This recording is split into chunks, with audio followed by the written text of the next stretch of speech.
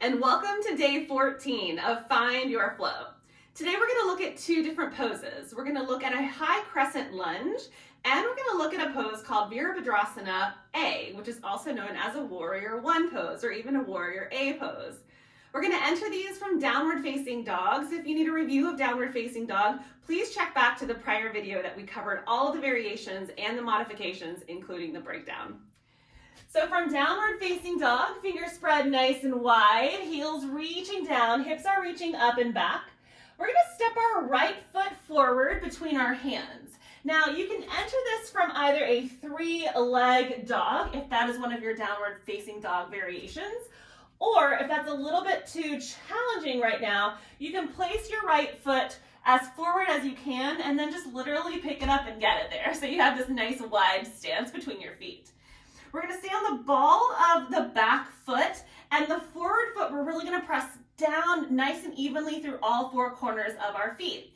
Now before we rise to make this a high crescent lunge, let's check in with our hips. We want to keep our hips in one line, so that right hip might need to come back a little bit, the left hip a little more forward.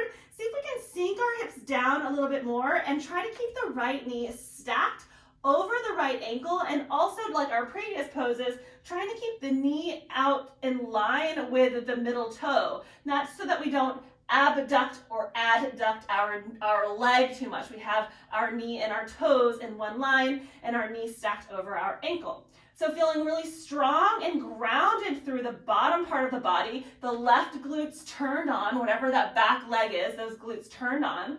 We're going to come to the tips of our fingers, strong and long through the core and the spine, reaching your arms forward so your biceps are by your ears. From here, we're going to rise up as we press down through our feet. Our arms are going to be up, but our shoulders are going to melt down. Now, it's really easy here to want to go into a back bend. So we're going to engage through the low belly, and that means that your back knee may bend a little bit, and that's totally okay. So sinking the hips down, strong through the back leg. Even if it's bent, you still want to be nice and strong through the back leg. The right hip pulling back, the left hip a little more forward, just bringing the hip bones in one line. So this is our high crescent lunge. Now there are a lot of variations for high crescent lunge. There are things called thunderbolt, there are various twists you can do, but for our flow, we're going to stick with a high crescent lunge. If this is a little too intense on the legs, we're just not feeling it today, then go ahead and lower down on the back knee and make an Anjaneyasana pose, which is one of the poses we covered in a prior day's flow. So from our high crescent pose, if this feels pretty good, for you, we're going to go into a warrior one pose. So warrior one has the same setup. You're going to start from a downward facing dog. Of course, you can start from other poses, but for our purpose, we're going to start from a downward facing dog. And we're going to step. Let's do the left side this time. We're going to step that left foot between our hands. Now for warrior one, one of the differences is we're going to actually lower the back heel down towards the ground. So the entire back foot and front foot are pressing down into the ground.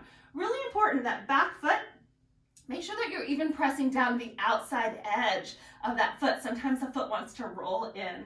The toes are about a 45-degree angle, but you'll kind of play around with whatever works best for you. So again, still keeping the hips nice and low. Now this left hip might need to come back a little bit, right hip a little more forward, and setting up just like we did for our high crescent pose. And now we make our way into that warrior one. Again, engaging through the low belly. Now, if warrior one is a little too intense on the back knee, same as high crescent pose, feel free to bend your back knee a little bit. If it's still a little too intense, just pivot on the ball of your foot into that high crescent lunge. Either way, in these, if you're feeling pretty strong and you would like a little extra challenge, you can bring your palms together and you can change your gaze up towards the ceiling. That challenges your balance a little bit more as well. All right, so try both of these on each side. One side might feel a little different than the other, so play around and feel out what works best for you. Have some fun with these poses, and I will see you tomorrow for day 15. Namaste.